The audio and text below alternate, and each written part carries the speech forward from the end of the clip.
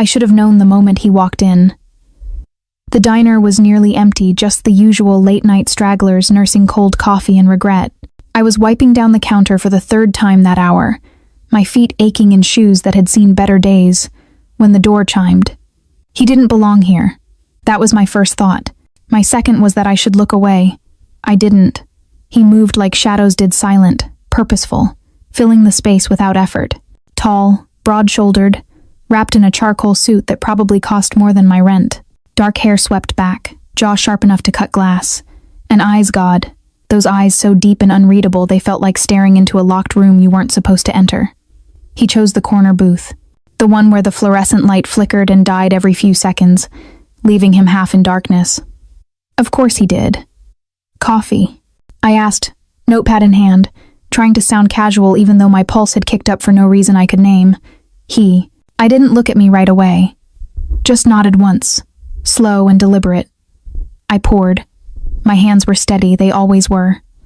I'd learned a long time ago not to let anyone see when I was rattled, but when I set the cup down in front of him, his fingers brushed mine. Just for a second. Barely a touch. It felt like lightning. I pulled back too fast, almost spilling the coffee. His gaze lifted then, locking onto mine, and I forgot how to breathe. There was something in those eyes, something ancient and knowing, like he could see straight through me, past the uniform and the tired smile, down to every secret I'd ever buried. "Thank you," he said, his voice low and rough, like gravel wrapped in silk. I nodded and turned away before I could do something stupid, like stare, or ask his name. He stayed for an hour. I tried not to watch him, but I felt him watching me. Every time I moved, refilling a customer's water, clearing a table, laughing at Frank's terrible joke from the kitchen, I felt his eyes on me.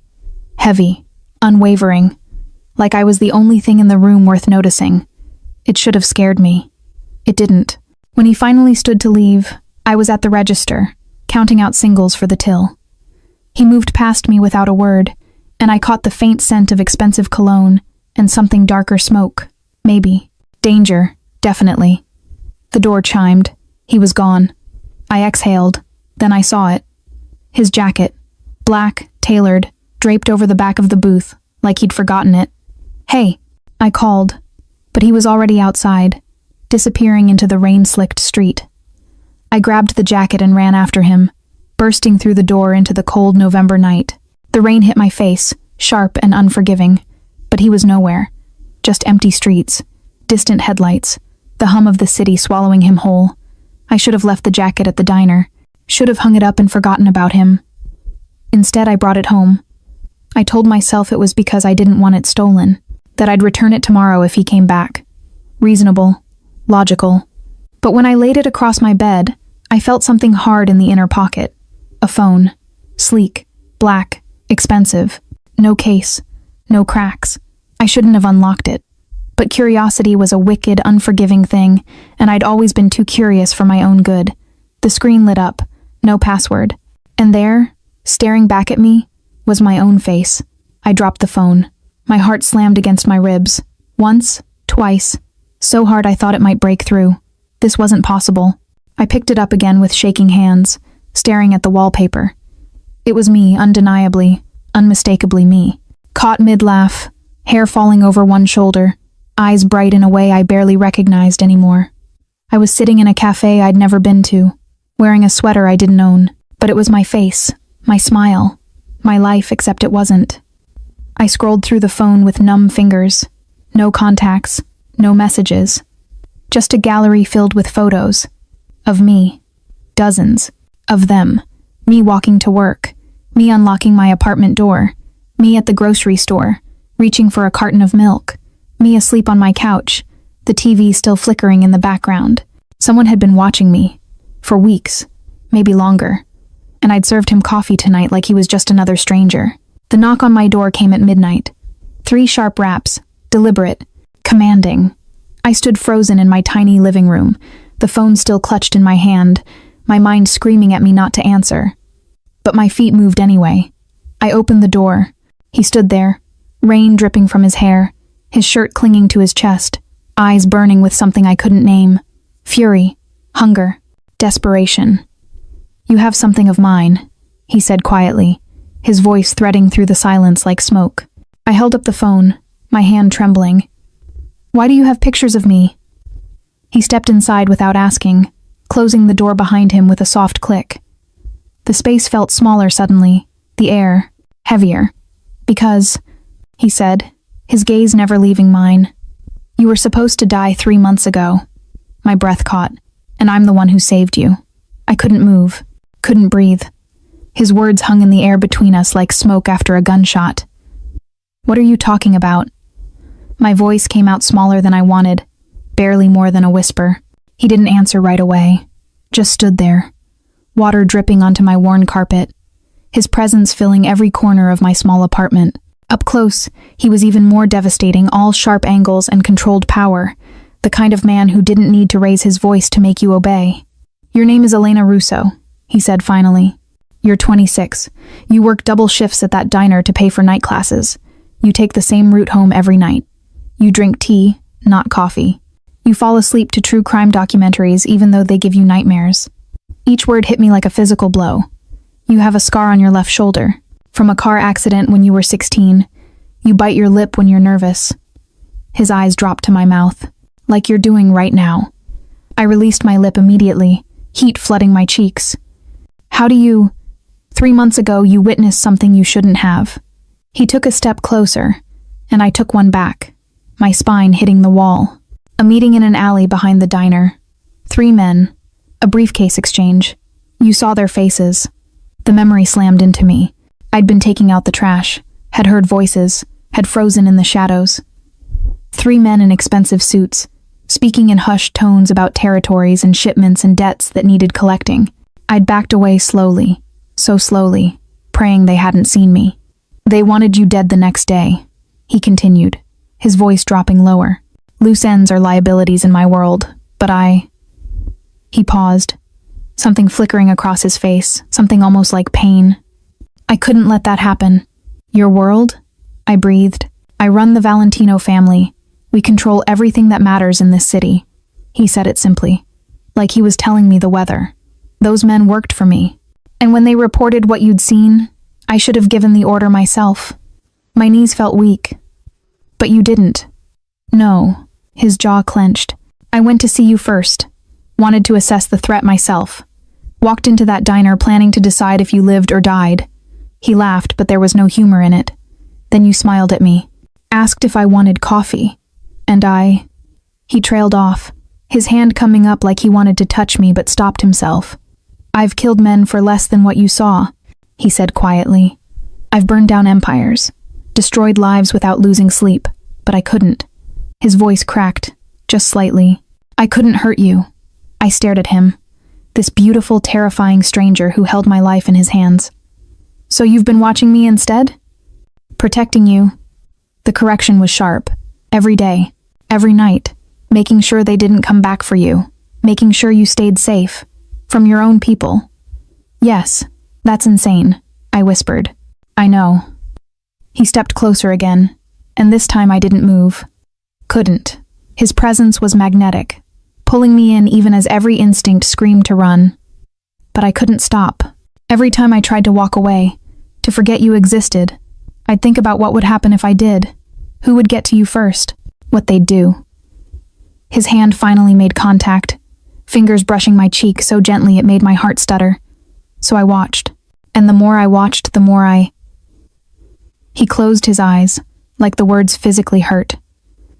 "You became the only beautiful thing in my ugly world, Elena.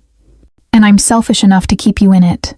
I should have been terrified, should have screamed, called the police, done literally anything except stand there drowning in those dark eyes." "What's your name?" I asked instead. A ghost of a smile crossed his lips. Dante Valentino. "And you're telling me this because?" "Because you found the phone. Because you deserve to know why your life is about to change." His thumb traced my cheekbone, leaving fire in its wake. "And because I'm done pretending I can stay away from you, I could go to the police." "You could." He didn't look worried. "They're mostly on my payroll anyway. But even if they weren't, what would you tell them? That I've been protecting you? That I haven't laid a finger on you without permission?" His gaze dropped to where his hand still cradled my face, then back to my eyes, challenging. I swallowed hard. "What do you want from me?" "Everything," he said simply. "Your time, your trust, eventually, your heart." He leaned in, his breath warm against my lips. "But I'll settle for you not running. Not yet." "I should run." My voice was barely audible. "This is crazy. You're dangerous. This whole situation is inevitable." The word was a dark promise. "You felt it too, in the diner, that pull between us." God help me, I had. "Someone's coming for you," he said, his expression hardening. "A rival family found out about the witness. About you. They'll use you to get to me, to start a war. I can't let that happen." "So what are you saying?" "I'm saying you're not safe here anymore." His hand dropped from my face, and I immediately missed the warmth. "I'm saying you need to come with me. Tonight." "Come with you where?" "My home, my territory, where I can keep you safe." "You mean where you can keep me prisoner, if that's what it takes?" He didn't even try to deny it. "I won't watch you die, Elena. I won't let them touch you, even if you hate me for it." Behind him, through my apartment window, I saw headlights cut through the darkness. They stopped in front of my building. Dante tensed, his entire body shifting into something predatory. His hand moved to his side, to where I now noticed the gun holstered beneath his jacket. "They're already here," he said, his voice deadly calm. "So you have a choice. Stay and take your chances with them." He extended his hand toward me. "Or trust me." The sound of footsteps echoed in the stairwell. Heavy, multiple pairs, coming up. I didn't think. I just moved. My hand slipped into Dante's, and his fingers closed around mine strong, certain, like he'd been waiting for this moment forever. "Fire escape," he said, already pulling me toward my bedroom window. Now. The footsteps were louder now, closer. I heard voices rough, impatient, the sound of something metal scraping against my door lock. Dante shoved the window open with one hand, the other never releasing mine. Cold November air rushed in, carrying the smell of rain and distant car exhaust. "Climb," he ordered. I didn't argue. I crawled through the window onto the rusted fire escape, my heart hammering so hard I thought it might shatter. Dante followed, his movements fluid and practiced, like he'd done this 1,000 times before. Behind us, I heard my apartment door splinter open. "Go." Dante's voice was sharp, urgent. We descended the fire escape in a controlled fall, our footsteps clanging against metal. Below, in the alley, a sleek black car idled with its lights off. The driver's door opened, and a man stepped out tall, broad, with a scar running down his left cheek. "Boss," he called up, tossing something. Dante caught the keys one-handed. "Take the others. Lead them north." "On it." The scarred man disappeared into the shadows without another word. We hit the ground, and Dante dragged me toward a different car, a dark Mercedes parked at the alley's edge. He opened the passenger door and practically shoved me inside before rounding to the driver's side. The engine roared to life just as I saw shadows appear in my apartment window. "Get down," Dante commanded. I ducked low in my seat as he peeled out of the alley, tires screaming against wet pavement. Through the side mirror, I saw 2 men burst out of my building, guns drawn. Dante took a corner so fast I slammed against the door. His hand shot out, steadying me, even as his eyes never left the road. "They're following," I gasped, seeing headlights behind us. "I know." His voice was eerily calm. He drove like he did everything else with absolute control and no hesitation. We wove through traffic, running red lights, taking turns that should have been impossible. The city blurred past my window in streaks of neon and shadow. A gunshot cracked through the night. I screamed. "Stay down!" Dante's hand pressed against my shoulder, keeping me low as he accelerated. The car's rear window spiderwebbed but didn't shatter. "Bulletproof," he said, answering my unspoken question. "But they'll aim for the tires next." Another shot. The car swerved, but Dante controlled it, his jaw set in concentration. We burst onto the bridge leading out of the city. The river stretched black and endless below us. Behind us, the pursuing car was gaining ground. Dante reached beneath his seat and pulled out a phone. Not the one I'd found. A different one. He pressed a button. "Sector 7. Now." That was all he said before tossing it aside. Ahead, I saw another vehicle emerge from a side street. a massive SUV that cut across the bridge, blocking our pursuers. The sound of screeching brakes and crunching metal filled the air. Dante didn't slow down. We flew across the bridge and into territory I didn't recognize. The buildings grew larger, more spread out. Mansions appeared behind iron gates, their windows glowing warm against the night. Finally, after what felt like hours but was probably only minutes, Dante turned onto a private road. Trees lined both sides, their branches forming a canopy overhead. At the end of the road, gates swung open automatically, and we passed through into what looked like another world. The mansion was enormous stone and glass and old money, lit from below by soft lighting that made it look like something from a dream. Or a nightmare. I couldn't decide which. Dante stopped the car in the circular driveway and killed the engine. For a moment, neither of us moved.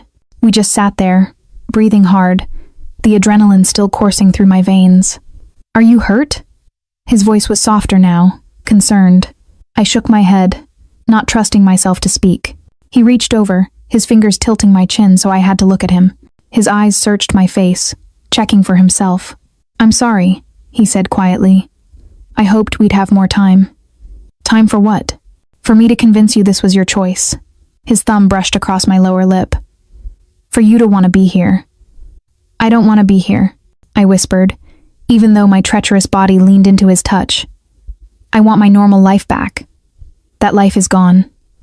It wasn't cruel, just honest. The moment you saw that meeting, the moment I decided to keep you alive, everything changed. There's no going back now, Elena. Only forward. With you. With me. He said it like a vow, like a promise and a threat wrapped into one. The mansion's front door opened, and a woman appeared older, elegant, with silver hair pulled back in a neat bun. She looked like someone's grandmother, except for the way she assessed me with sharp, calculating eyes. "Dante," she said, her accent thick and melodic. "You brought her." "I had to, Mira." Dante stepped out of the car and came around to open my door, offering his hand like a gentleman, like we hadn't just fled for our lives. "They found her." The woman Mira nodded gravely. "Then it's begun." "Yes." I took Dante's hand because my legs felt too shaky to trust, and let him lead me up the stone steps. At the threshold I hesitated. This was it. Once I crossed this line, once I entered his world, there would be no pretending this was temporary. No pretending I could walk away. Dante squeezed my hand. "I'll keep you safe. I swear it." "At what cost?" I asked. He smiled, but it was sad. "Everything." I stepped inside, and the door closed behind me with a finality that echoed through my bones. The inside of Dante's mansion was even more breathtaking than the outside. Marble floors stretched in every direction, gleaming under crystal chandeliers. A grand staircase curved upward to the second floor, its banister carved from dark wood that probably cost more than everything I owned. Artwork lined the walls, real art, the kind you saw in museums, not prints from discount stores. It was beautiful. It was also a cage. "This way," Mira said, her heels clicking against marble. She moved with the kind of grace that came from years of living in places like this. "You must be exhausted, child." I followed her, hyper-aware of Dante walking behind me. His presence pressed against my back like heat, impossible to ignore. Mira led us up the staircase and down a hallway lined with closed doors. She stopped at one near the end, pushing it open to reveal a bedroom that was bigger than my entire apartment. A four-poster bed dominated the space, dressed in silk sheets the color of champagne. French doors led to a balcony overlooking gardens I couldn't quite see in the darkness. Everything was soft, expensive, and utterly impersonal. "You'll stay here," Mira said. "I'll have clothes brought up." "Your size is—" "He knows my size," I interrupted, looking at Dante. "He knows everything about me, apparently." Mira's eyebrows rose, but she simply nodded. "I'll leave you two alone then." She paused at the door. "Welcome to the family, Elena." The door clicked shut. Family. The word sat heavy in my chest. "This is temporary," I said, turning to face Dante. He stood near the door, hands in his pockets, watching me with that same intense focus that made me feel naked. "Just until it's safe." Define safe. Until the people who came for me tonight are dealt with. They're part of the Moretti family. He moved further into the room, and I fought the urge to step back. One of The oldest, most powerful syndicates in the country. They've been trying to edge into our territory for years. You're just the excuse they needed to start a war. So give me back." The words tasted bitter. "Tell them it was a misunderstanding, that I didn't see anything important." "You think I haven't considered that?" His voice hardened.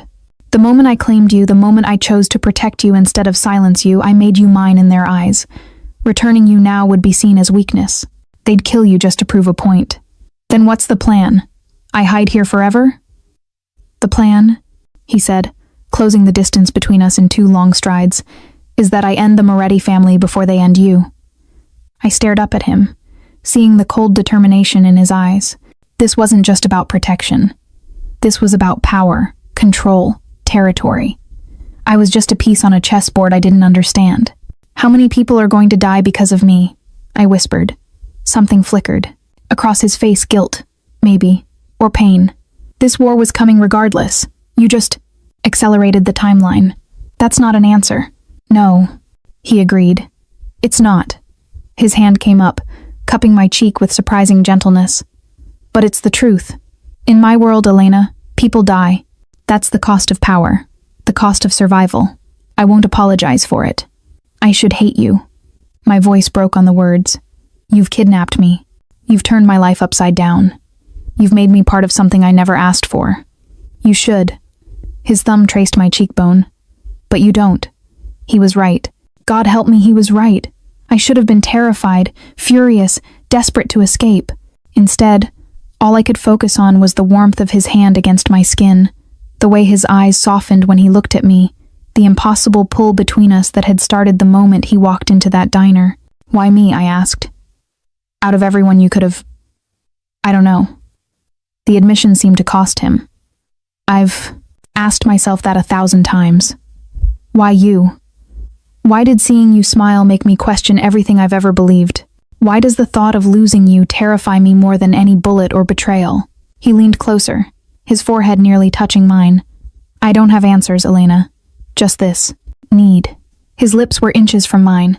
I could feel his breath, warm and unsteady. All I had to do was close the distance, but I stepped back instead. "I need time," I said, wrapping my arms around myself, "to process this, to figure out what the hell I'm supposed to do now." Disappointment flashed in his eyes, but he nodded. "Take all the time you need. But understand this, you're not leaving. Not until I'm certain you're safe. I'm your prisoner then. You're under my protection." He moved toward the door. "There's a difference." "Is there?" He paused, his hand on the doorknob. "You'll have freedom within these walls. Access to anything you want. The library, the gardens, the kitchen. My men have orders to accommodate you, not restrict you. But I can't leave." "No." At least he was honest. There's a phone on the nightstand," he continued. "It's secure. You can call anyone you trust. Tell them you're safe. But Elena..." His voice dropped to something dangerous. "If you try to tell them where you are, if you try to bring outsiders into this, I'll know, and I'll stop it." How reassuring. A ghost of a smile touched his lips. "Get some rest. Mira will bring you breakfast in the morning. We'll talk more then." He left, closing the door quietly behind him. I waited until his footsteps faded before I moved, ran to the door and tested the handle. It turned easily, not locked. I stood there, staring at that unlocked door, trying to decide what that meant. He could have locked me in. Should have, probably. Instead, he was trusting me not to run, or testing me to see if I would. I returned to the bed and sat on its edge, my hands shaking. Through the French doors, I could see the gardens below, bathed in moonlight. Beautiful, peaceful, perfect, and completely, utterly wrong. This wasn't my life. This wasn't my world. But as I lay back against those silk sheets, breathing in the faint scent of Dante that clung to the room, I couldn't shake the terrible truth settling in my bones. Part of me didn't want to leave. I didn't sleep. How could I? Every time I closed my eyes, I saw headlights and heard gunshots. Saw Dante's hand reaching for his weapon. Felt the terror of not knowing if I'd survive the night. When dawn finally crept through the French doors, I was still wearing yesterday's clothes, sitting on the balcony with my knees drawn to my chest, watching the gardens come alive in the soft light. They were more beautiful than I'd imagined. Rose bushes lined stone pathways. A fountain bubbled in the center, its water catching the early sun. Everything was perfectly maintained, not a single weed or wilted petal in sight. Like everything in Dante's. World-controlled, flawless, and suffocating. A knock at my door made me jump. "Come in," I called, my voice rough from disuse. Mira entered carrying a silver tray laden with breakfast, fresh fruit, pastries, coffee in a delicate china cup. The smell made my stomach growl despite everything. "You didn't sleep," she observed, setting the tray on a nearby table. "How can you tell?" "I've lived in this house for 30 years, child. I know insomnia when I see it." She poured coffee with practiced ease. "Dante asked me to check on you." "Where is he?" "Handling business." Her tone made it clear that business meant violence. "He'll be back this afternoon." I accepted the coffee she offered, wrapping my hands around the warm cup. "What kind of business?" "The kind you're better off not knowing about." Mira settled into the chair opposite me, her sharp eyes assessing. "But since you're here, since he's made you part of this world, you should understand something." "What?" "Dante. Valentino is not a good man." She said it simply, without judgment. "He's killed people. He's hurt people. He's built an empire on blood and fear. These are facts, not exaggerations." "Then why do you stay?" A sad smile touched her lips. "Because beneath all that darkness, there's a boy I once knew. A boy who lost his family too young and had to become a monster to survive. I stay because someone has to remember who he was before the world broke him. And you think I can?" "What? Save him? No." Mira leaned forward. "I think he's trying to save himself.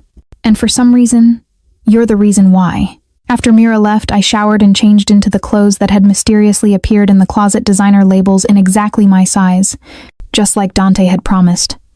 Or threatened. The line between the two seemed blurry here. I should have stayed in the room. Should have hidden away until Dante returned. Instead, I found myself exploring. The mansion was a maze of corridors and rooms, each more opulent than the last. A library with floor-to-ceiling shelves filled with leather-bound books. A dining room with a table that could seat 20. A music room with a grand piano that gleamed black under a skylight. And everywhere, subtle reminders of what this place really was. Security cameras in corners. Armed men patrolling the grounds. Phones ringing in distant rooms with conversations conducted in code. I was in the heart of a criminal empire. I found myself in what looked like a study. Dark wood paneling, a massive desk, walls lined with maps and photographs. I shouldn't have entered, should have respected the privacy, but curiosity that damned curiosity pulled me inside. The photographs drew me first. Most showed men in suits, their faces marked with X's in red ink. Dead, probably. Casualties of whatever war Dante was fighting. But one photo was different. It showed a younger Dante, maybe 19 or 20, standing with an older couple and a little girl. His parents, I realized. His sister. They were smiling, happy, normal. The boy in that photo looked nothing like the man I knew. His eyes were bright, unguarded, hopeful. That was taken 3 months before they died. I spun around. Dante stood in the doorway, no longer wearing a suit. Just dark jeans and a black shirt, the sleeves rolled up to reveal forearms corded with muscle and marked with scars. He looked tired, dangerous, beautiful. "I'm sorry," I said quickly. "I shouldn't have. It's fine." He moved into the room, coming to stand beside me, his eyes fixed on the photograph. "Car bomb. Meant for my father. My mother and sister were just collateral damage. Dante. I was at university. Got the call during a lecture on constitutional law." A bitter laugh escaped him. I'd wanted to be a lawyer. Can you believe that? I actually thought I could be something different. Something better. I couldn't help it. My hand found his. He looked down at our joined hands, then at me, something vulnerable flashing across his face before he shuttered it. "I came home for the funerals," he continued, "and the family told me I had a choice. Take my father's place or watch everything he built get divided up by vultures." I was 20 years old, Elena. I didn't know the first thing about running an empire. But you learned. I learned. His voice hardened. I learned to be ruthless, to trust no one, to kill before being killed. I learned that the world doesn't care about your dreams or your humanity. It only respects power. That's not true, isn't it? He turned to face me fully, backing me against the desk. Look at where we are, what we're doing. I'm holding you here against your will because the alternative is your death. Tell me how that's anything other than power dictating reality. You're also protecting me, because I have the power to. He braced his hands on either side of me, caging me in. Don't romanticize this, Elena. Don't make me into something I'm not. I'm the villain in every story except my own. Then why does it feel like you're trying to be better? I whispered. Why does it feel like you're fighting against what you've become? His jaw clenched. For a long moment, he just stared at me, his dark eyes searching mine like I held answers he desperately needed. Then he kissed me. It wasn't gentle. It was desperate and claiming and full of all the words he couldn't say. His hands cupped my face, tilting my head back as he deepened the kiss, pouring years of loneliness and hunger into the contact. I should have pushed him away. I kissed him back instead, my hands fisted in his shirt, pulling him closer, and he groaned against my mouth. The sound vibrated through me, igniting something wild and reckless in my chest. When we finally broke apart, both breathing hard, his forehead rested against mine. This is a terrible idea, he murmured. I know. You should hate me. I know that too. But you don't. No. I met his eyes. I don't. His phone rang, shattering the moment. Dante pulled back with a curse, answering it with a clipped, "What?" I watched his expression soften first, then harden into something cold and deadly. When? A pause. How many? Another pause, longer this time. Lock it down. I'm on my way.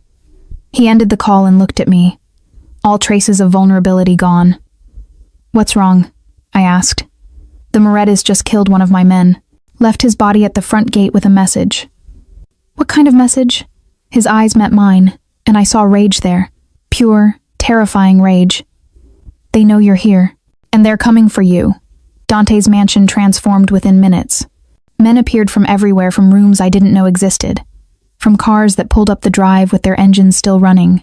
They moved with military precision, taking positions at windows, checking weapons, speaking in short, coded bursts into radios. I stood in the foyer, feeling useless and terrified. Mira, Dante's voice cut through the chaos. The older woman appeared immediately. Take Elena to the safe room. No. The word left my mouth before I could stop it. Dante turned to me slowly, his expression dangerous. That wasn't a request. I don't care. I crossed my arms, trying to look braver than I felt. I'm not hiding while people die because of me. That's exactly what you're going to do. He closed the distance between us in 2 strides, gripping my shoulders. Elena, listen to me. These men, they don't just kill. They make examples. They send messages. If they get their hands on you, then maybe I should just turn myself in. The suggestion hung in the air like a grenade. End this before more people get hurt. The slap of his palm against the wall beside my head made me flinch. He hadn't hit me, hadn't even come close, but the violence in the gesture was clear. Don't. His voice was barely controlled. Don't you dare suggest that again. Ever. Dante, you think they'd just kill you quickly? He leaned in close, his words sharp as knives. You think this is about justice or revenge? It's not. It's about humiliation. About destroying me through you. They'd keep you alive for days, Elena. They'd hurt you in ways I won't describe. They'd record it and send it to me piece by piece until I broke. And then maybe they'd grant you the mercy of death. I felt sick. You're trying to scare me. I'm trying to make you understand what's at stake.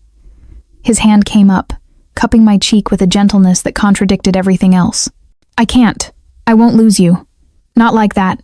Not ever. Before I could respond, one of his men called out, Boss, perimeter breach. East side. Dante's entire demeanor shifted. The vulnerable man disappeared, replaced by the cold, calculating leader. Seal it. 3rd protocol. Now. He turned back to me, his eyes hard. Safe room. Final warning. This time, I didn't argue. The safe room was hidden behind a bookshelf in the library. Mira pressed a sequence of books in a specific order, and the entire section swung inward, revealing a steel door with a biometric lock. Dante's fingerprint, she explained, waiting as the door opened with a heavy thunk. And now yours. She pressed my thumb to the scanner. It beeped, glowed green, and stored my print. In case you need to get out, she said quietly, come. Inside was a small room, maybe 12 by 12 feet, lined with monitors showing every angle of the mansion and grounds. A weapons cabinet stood in one corner, a bed in another, supplies for days, maybe weeks. Dante had built this for one purpose, to keep someone alive during a siege. He'd built this for me, I realized. Before I'd ever set foot in his mansion, he'd been preparing for this exact scenario. How long has he been planning this? I asked. Mira settled into a chair facing the monitors, her fingers dancing over controls. 3 months, since the night he decided you would live. She glanced at me. He didn't know your name then, didn't know anything except that he couldn't kill you. So he built this, just in case. On the screens, I watched Dante's men take positions, watched cars pull up the drive, expensive vehicles with tinted windows, watched men step out, armed and ready. But they weren't attacking. They were waiting? What's happening? I moved closer to the screens. Mira's expression grew troubled. They're requesting parley. What does that mean? It means they want to negotiate. An hour later, Dante appeared on one of the screens, walking out the front door alone. Unarmed. My heart stopped. What is he doing? I pressed my hand against the screen like I could reach through and pull him back. What he always does, Mira said softly, protecting what's his, no matter the cost. I watched him approach the line of black cars. A man stepped out from the center vehicle, older, gray-haired, wearing a suit that probably cost more than a house. He smiled at Dante, like they were old friends meeting for lunch. They spoke for minutes that felt like hours. I couldn't hear the words, but I could read body language. Dante stood rigid, controlled. The other man gestured expansively, almost friendly. Then Dante shook his head. The older man's smile faded. He said something else, his posture changing, becoming threatening. Dante didn't move, just stared at him with that cold, unreadable expression. Finally, the older man nodded and turned back toward his car. But before he got in, he looked directly at one of the cameras at me, somehow, impossibly, and mouthed something. Soon, the cars pulled away. Dante returned to the safe room minutes later. His expression was carved from stone, but I could see the tension in his shoulders, the way his hands flexed like he wanted to hit something. What did they want? I asked immediately. You. He poured himself a drink from a crystal decanter I hadn't noticed, downed it in one swallow. They offered me a deal. Hand you over, pay reparations, and they'll let this war die before it starts. My stomach dropped. And what did you say? I told them to go to hell. He poured another drink. I told them if they came within a mile of you, I'd burn their entire family to ash. Dante. They gave me 48 hours. He finally looked at me, and the raw pain in his eyes stole my breath. 48 hours to reconsider, to decide if you're worth the bloodshed that's coming. And then they come with everything they have, every soldier, every ally, every weapon. They'll siege this house and they won't stop until one of us is dead. The weight of those words pressed down on me. This is insane. All of this for you, he interrupted. Yes, for you, Elena. He crossed to me, taking my face in his hands. I know what you're thinking, that you should volunteer, that you should sacrifice yourself to prevent this war. But I need you to understand something. His thumbs traced my cheekbones. I've built empires. I've accumulated more wealth than I could spend in 10 lifetimes. I've had power, fear, respect, but I've never. His voice cracked. I've never felt alive until I saw you, until I had someone worth protecting more than myself. That's not love, I whispered. That's obsession. Maybe. He smiled sadly. But it's all I have, and I'm selfish enough to choose it over peace, over sanity, over everything. He kissed me then, soft and desperate and heartbreaking. And God help me, I kissed him back, because somewhere in the past few days, between the fear and the chaos and the impossible circumstances, I'd started falling for the monster who'd saved my life. When we broke apart, he pressed his forehead to mine. 48 hours, he repeated. Stay with me until then, please. I should have said no. Should have run while I still could. Instead, I whispered, okay. But I was lying, because I'd already decided what I had to do. I waited until 3 in the morning. The mansion was quiet as it ever got. Guards still patrolled, but their routes were predictable now. I'd watched them from my window, memorizing their patterns, counting the seconds between passes. Dante had given me access to everything except freedom. He'd meant it as trust. I was about to betray it. I dressed in dark clothes from the closet, expensive, designer, but practical enough for what I needed. My hands shook as I laced my shoes. In my pocket I carried the phone Dante had given me. Secure, he'd said. Untraceable. I hoped he was right. The hallway was empty when I slipped out. I moved like a ghost, keeping to the shadows, avoiding the cameras I'd spotted during my explorations. Dante's mansion was a fortress, but every fortress had weaknesses. The kitchen door led to the gardens. I'd noticed it yesterday when Mira had given me a tour, had filed the information away without quite knowing why. Now I knew. The lock was simple, just a deadbolt. It turned with a soft click that sounded like thunder in the silence. The night air hit me like a slap, cold, November sharp, carrying the smell of dying roses and damp earth. I pulled my jacket tighter and moved toward the outer wall. Going somewhere? I froze.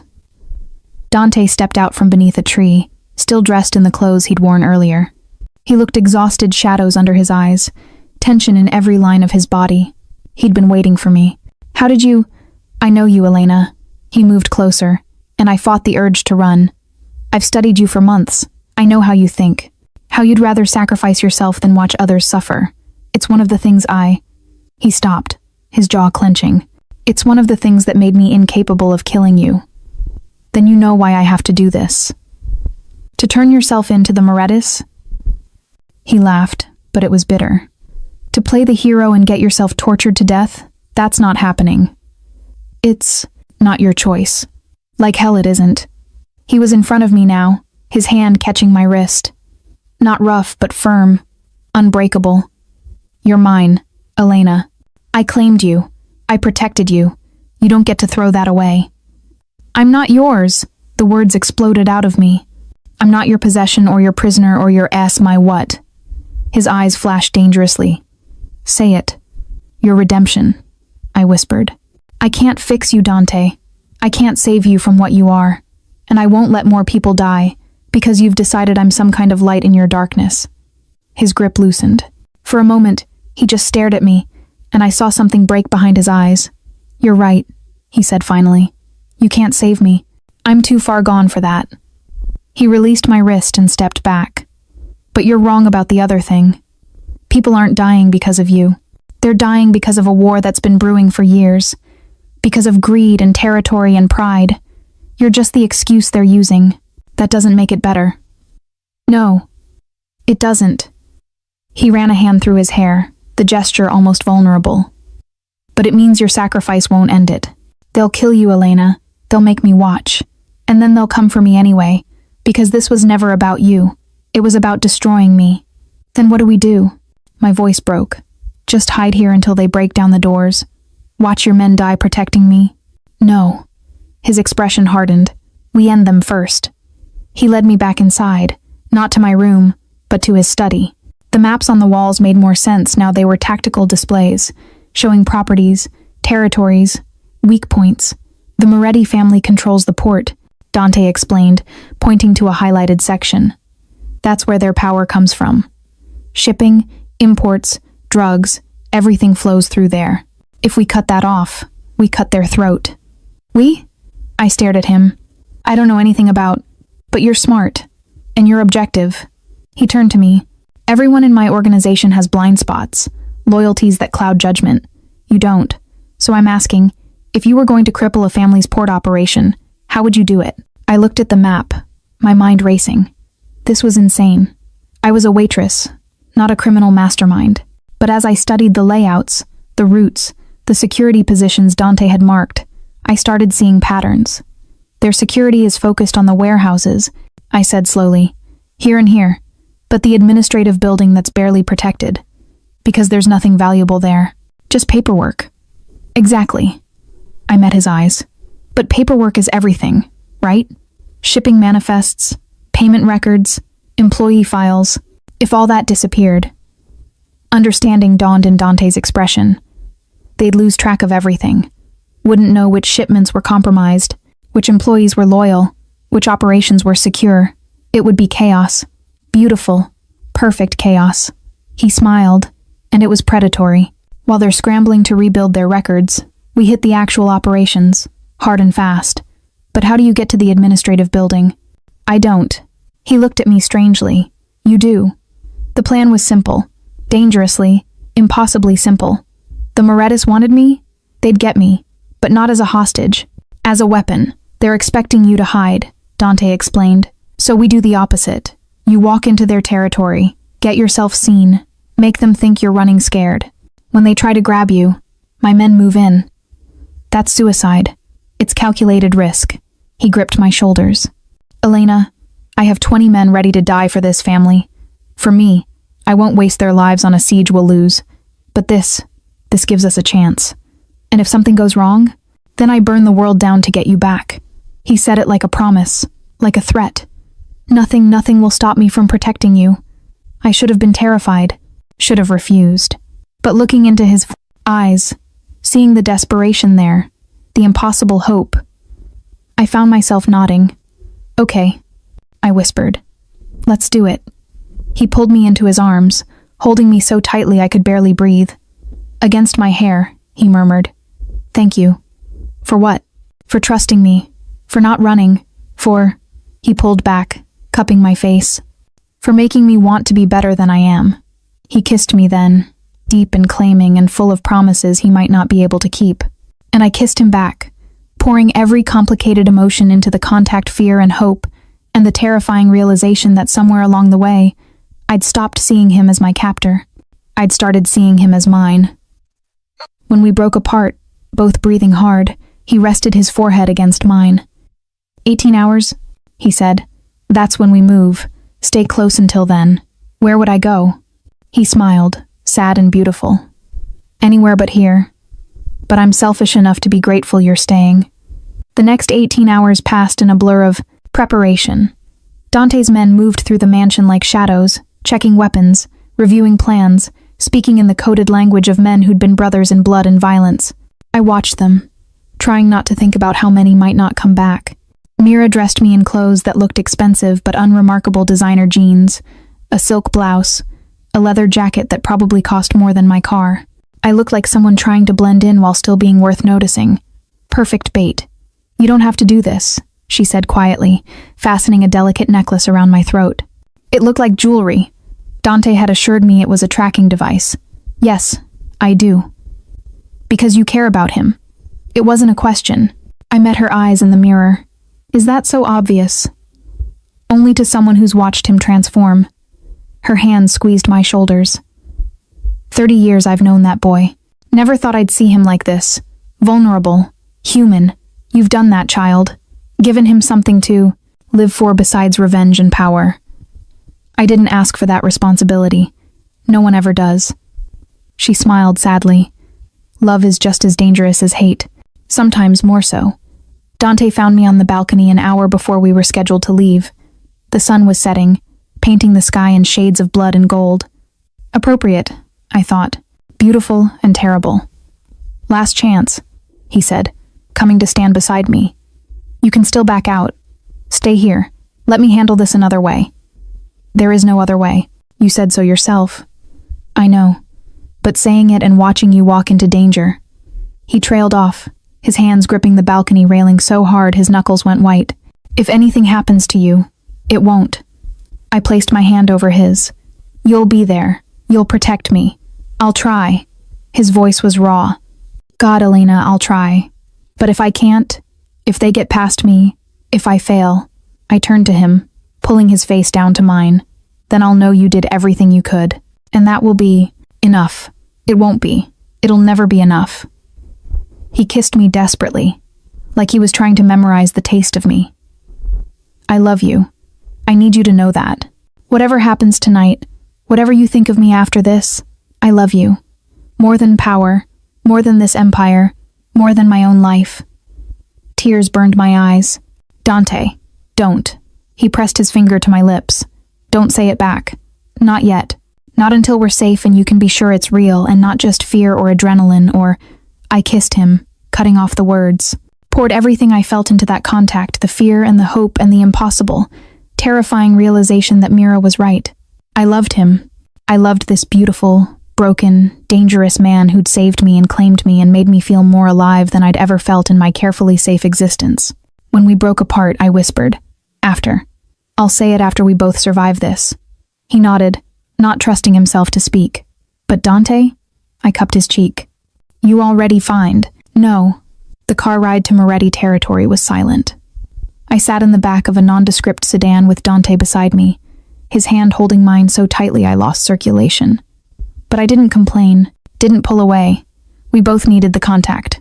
"Remember the plan," he said as we approached the drop point. "Walk toward the administrative building. Don't run, don't look scared.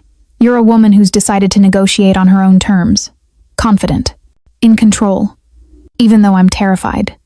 Especially because you're terrified." He turned to me. "Fear makes you careful. It'll keep you alive."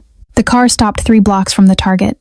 Through the window, I could see the port massive cranes silhouetted against the darkening sky, shipping containers stacked like building blocks, workers moving between them with practiced efficiency.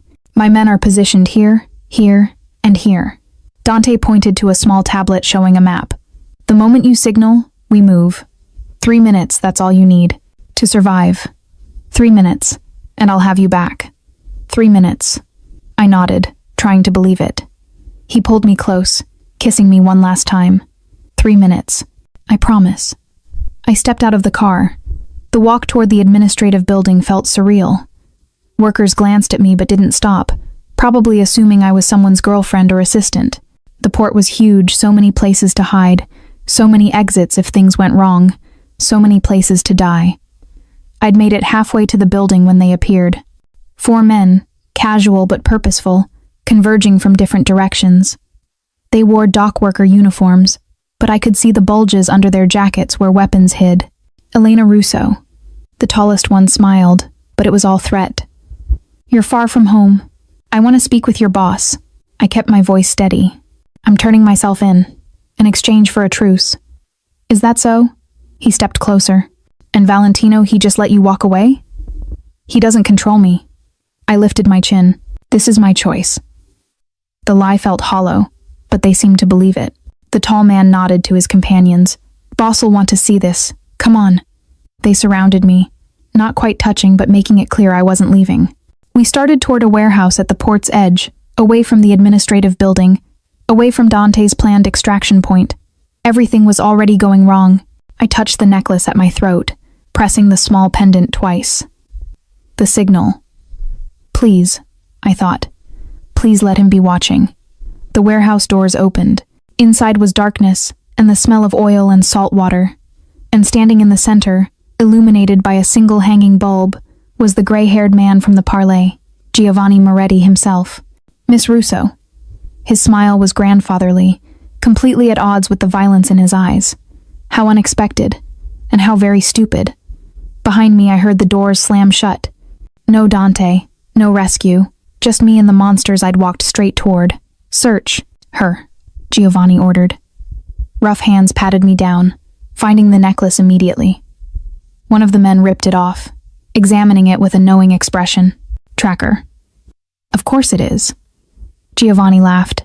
"Did you really think we wouldn't anticipate that? That we wouldn't prepare?" He gestured, and more men emerged from the shadows, dozens of them, all armed. "We've been monitoring Valentino's communications for days. We knew he'd send you here. Knew he'd try something clever." My heart stopped. "So we set our own trap." Giovanni's smile widened, and the little boy just walked right into it. Through a grimy window, I saw lights, headlights, approaching fast. Dante's cars, coming for the extraction, coming straight into an ambush. "No," I whispered. "Oh yes." Giovanni pulled out a gun, checking it casually. "See, this was never about you, child. You were just the bait to draw him out, to make him desperate and reckless, and it worked beautifully." Outside, I heard tires screeching, gunfire. The war had begun, and I'd led Dante straight into hell. The gunfire outside was deafening. I lunged toward the warehouse doors, But Giovanni's men grabbed me, slamming me against a support pillar. Pain exploded through my shoulder, but I barely felt it. All I could hear was the battle raging outside. Dante was out there, fighting, maybe dying, because of me. "Let me go," I screamed, struggling against the hands holding me. "Not yet." Giovanni approached slowly, gun still in hand. "First, we're going to send Valentino a message. Let him know exactly what happens to what's his." He raised the gun. The warehouse door exploded inward. Dante stood in the opening, backlit by fire and chaos, his gun raised and his eyes burning with something primal. Blood streaked his face. His shirt was torn, but he was alive. He was here. "Touch her," he said, his voice deadly calm, "and I'll kill everyone you've ever loved. Starting with your grandson." Giovanni paled. "You wouldn't dare. I already have men at his school." Dante's smile was terrifying. "One word from me, and little Marcus disappears. You'll never find him. Never know if he's alive or dead. Is that what you want?" It was a bluff. It had to be. Dante wouldn't butt. Looking at his face, at the cold certainty there, I wasn't sure. "You're insane," Giovanni breathed. "I'm motivated." Dante's gun never wavered. "Let her go. Now." For a long moment nobody moved. The air felt charged, electric, like the moment before lightning strikes. Then Giovanni nodded. The hands released me. I stumbled forward, and Dante's arm came around me immediately, pulling me behind him. He kept his gun trained on Giovanni as we backed toward the door. "This isn't over," Giovanni called. "You can't protect her forever. Eventually you'll slip, and when you do, I'll be waiting." Dante interrupted. "Come for her again, and there won't be a negotiation. There won't be a war. There will only be extermination." We reached the door. Outside, the battle had shifted. Dante's men had gained ground, pushing back the Moretti soldiers. Bodies littered the pavement. Blood reflected the orange glow of burning cars. "Boss!" One of Dante's men, the scarred one from before, appeared beside us. "We need to move. Now." We ran. Bullets chased us, sparking off metal containers and concrete. Dante kept his body between me and the shooters, one arm around my waist, half carrying me when I stumbled. We reached the car, a different one, armored, already running. Dante shoved me inside and climbed in after me, shouting orders I couldn't hear over the ringing in my ears. The car accelerated, tires screaming. Through the rear window, I watched the port recede, watched the fires burn, watched Giovanni's empire bleed. We'd survived, but at what cost? Dante's mansion had transformed into a war room. Wounded men filled the foyer, being tended by Mira and others I didn't recognize. The smell of antiseptic and blood hung heavy in the men. Air. Dante moved through them, checking injuries, giving orders, his face set in stone. I stood apart, still shaking, still seeing Giovanni's gun pointed at my head. 7 wounded. 2 critical. The scarred man I'd learned his name was Marcus, ironically reported to Dante. But we crippled their port operations. It'll take them weeks to recover. Not good enough. Dante's voice was flat. I want round-the-clock surveillance on Giovanni's family. Every member. Every property. No one moves without us knowing. Boss, that's not a suggestion. Dante turned, and even Marcus flinched at whatever he saw in his expression. They came for what's mine. They threatened her. I want them destroyed. Completely. No survivors. Dante. I found my voice finally. You can't mean that. Children? Innocents? He looked at me, and his eyes were empty. There are no innocents in this world. Only people who haven't shown their true nature yet. That's not true. You don't believe that. Don't. I? He moved closer, and I saw the blood on his hands, literal blood, dried and dark. I've seen men beg for mercy and murder without hesitation the moment they're free. I've watched children grow into monsters because that's what their parents taught them. Innocence is a luxury we can't afford. So you'd kill a child? Giovanni's grandson? To protect you? His voice dropped, without hesitation. The words hit me like a physical blow. This was what Mira had warned me about the monster beneath the man. The darkness that no amount of love could truly erase. That's not protection, I whispered. That's evil. Then call me evil. He cupped my face, his bloody hands leaving marks on my skin. Call me monster. Call me devil, I don't care. As long as you're alive and safe, I'll be whatever you need me to be. I pulled away from his touch. I need you to be better than this. I can't. The admission seemed to break something in him. Don't you understand? I've tried. For months. I've tried to be the man I think you deserve. But tonight proved I can't. When I saw that gun pointed at you, when I thought I'd lose you. His voice cracked. There's no line I won't cross. No innocence I won't sacrifice. Not for anything or anyone except you. Tears burned my eyes. That's not love, Dante. That's obsession. Maybe they're the same thing. He reached for me again, and this time I didn't pull away. Maybe I'm too broken to know the difference anymore. But this... He pressed my hand over his heart. This feeling, right here, this terror of losing you, this need to keep you safe at any cost if it's not love, it's the closest I'll ever get. Outside, sirens wailed in the distance. Police, probably. Or rival families sensing opportunity in the chaos. We can't keep doing this, I said. This cycle of violence, this constant threat. Eventually, one of us won't survive it. I know. He pulled me into his arms, holding me like I might disappear. But I don't know how to stop. Don't know how to exist in a world where you're not protected, not safe, not mine. I pressed my face into his chest, breathing in the scent of him smoke and blood and expensive cologne, feeling his heart pound against my cheek. Then we find a way together, I whispered. A way that doesn't require murdering children or burning the world down. And if there isn't one, I pulled back to look at him, seeing the vulnerability beneath the violence, the fear beneath the fury. Then we make one.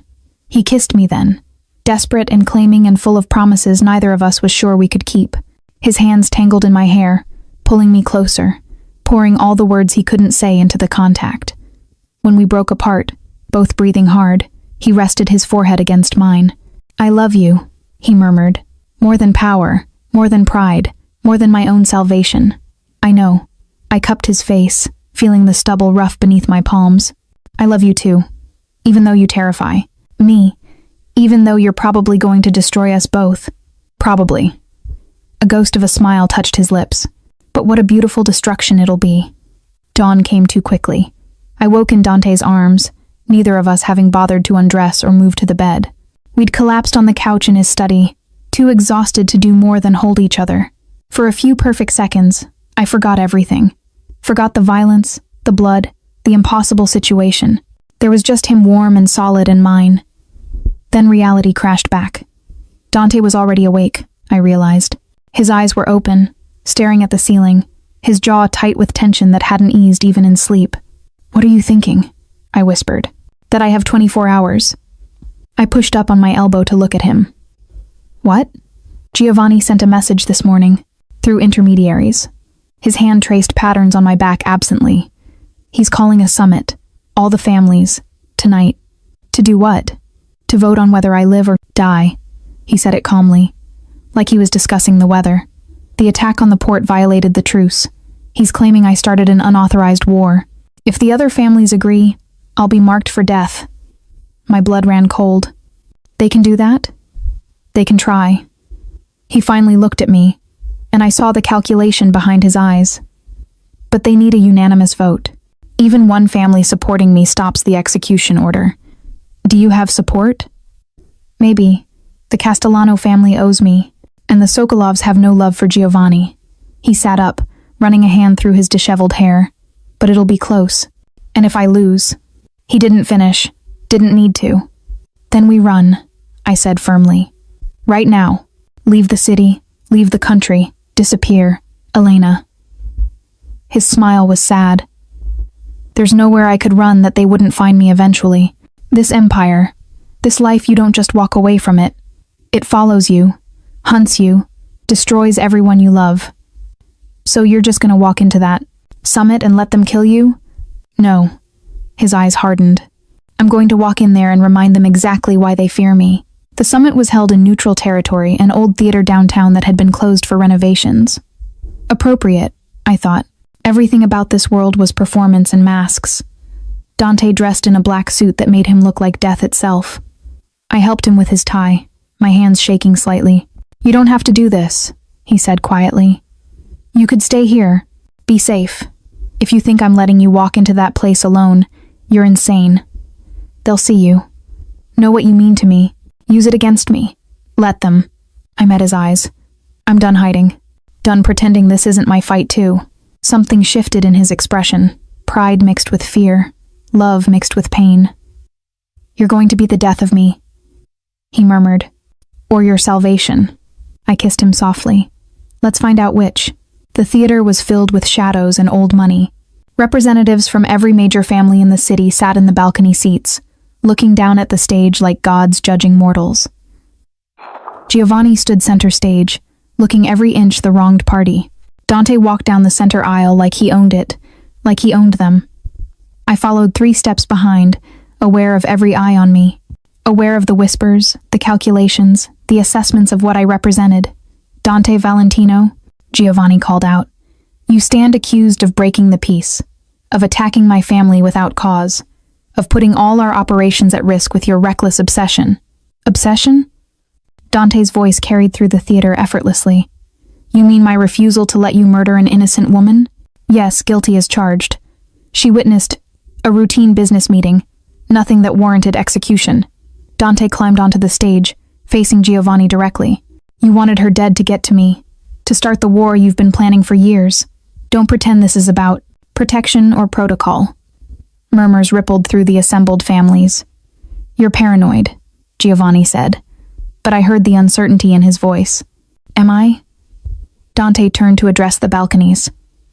Giovanni's been consolidating power for months, buying loyalty, making alliances.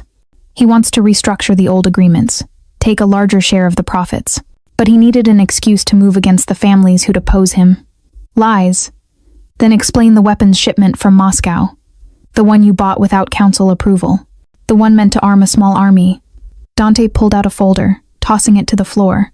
Photos spilled out grainy surveillance shots of crates, manifest documents, bank transfers. Explain why you're preparing for war while preaching peace. The silence was deafening. Slowly, one of the men in the balcony stood an older Russian with cold eyes. Dmitry Sokolov, I remembered. Is this true, Giovanni? His accent was thick, dangerous. I can explain. Because, if it is, if you've been arming yourself against the council, then perhaps the vote we should be taking is different. Dmitry smiled without warmth. Perhaps we should be voting on your fate, not Valentino's. The theater erupted. Accusations flew. Families that had been loyal to Giovanni suddenly questioned. Alliances shifted in real time, power dynamics realigning with dizzying speed. And through it all, Dante stood calm, controlled, victorious. He'd turned the trial into a coup. An hour later, it was over. Giovanni was stripped of his port operations, his territories divided among the other families. He'd keep his life, but his power was broken. The vote to execute Dante never even happened. We left the theater to find the city bathed in early morning light. The nightmare was over. For now. How long did you know? I asked as we walked to the car. About Giovanni's weapons? 2 months. Dante's hand found mine. I've been building the case, waiting for the right moment to expose him. Your situation just accelerated the timeline. So you used me, as bait and excuse. Yes. He stopped, turning to face me fully, and I'd do it again, because it kept you alive and gave us a chance at something better. Better. I laughed, but it was broken. Is this better, Dante? Living in constant fear? Always waiting for the next threat? Better than being alone? His voice dropped. Better than being the monster with nothing to fight for? Better than... He swallowed hard. Better than a world without you in it. He was right. God help me, he was right. This life was dangerous, violent, impossible. But it was ours. So what now? I asked. Now? He pulled me close, his arms wrapping around me like armor. Now we build something new. A life where you're not just surviving, but living. Where we're not just fighting, but existing. Together. You make it sound possible. It is. He kissed my forehead. Because you make me believe I can be more than what I was raised to be. You make me want to try. 6 months later, I stood on the balcony of our new home, smaller than the mansion, more remote, with views of mountains instead of city lights. Dante had stepped back from daily operations, leaving Marcus in charge of the day-to-day business. We weren't out completely, we never could be, but we were distant. Safe. Together. Regrets? Dante asked, coming up behind me and wrapping his arms around my waist. I leaned back into him. Every day. Me too. He rested his chin on my shoulder. But I'd make the same choices. I know. I turned in his arms. That's what terrifies me. And what makes me love you. He smiled, real, unguarded, beautiful. Guess we're both a little broken. Maybe, but we're broken together. I kissed him, soft and sure. And that's enough. In the distance, the mountains stood silent and eternal. Witnesses to the impossible thing we'd built, not perfect, not innocent, but ours. Love forged in violence and shadow. Love that defied logic and morality. Love that would probably destroy us both someday, but until then, we'd burn bright. Together.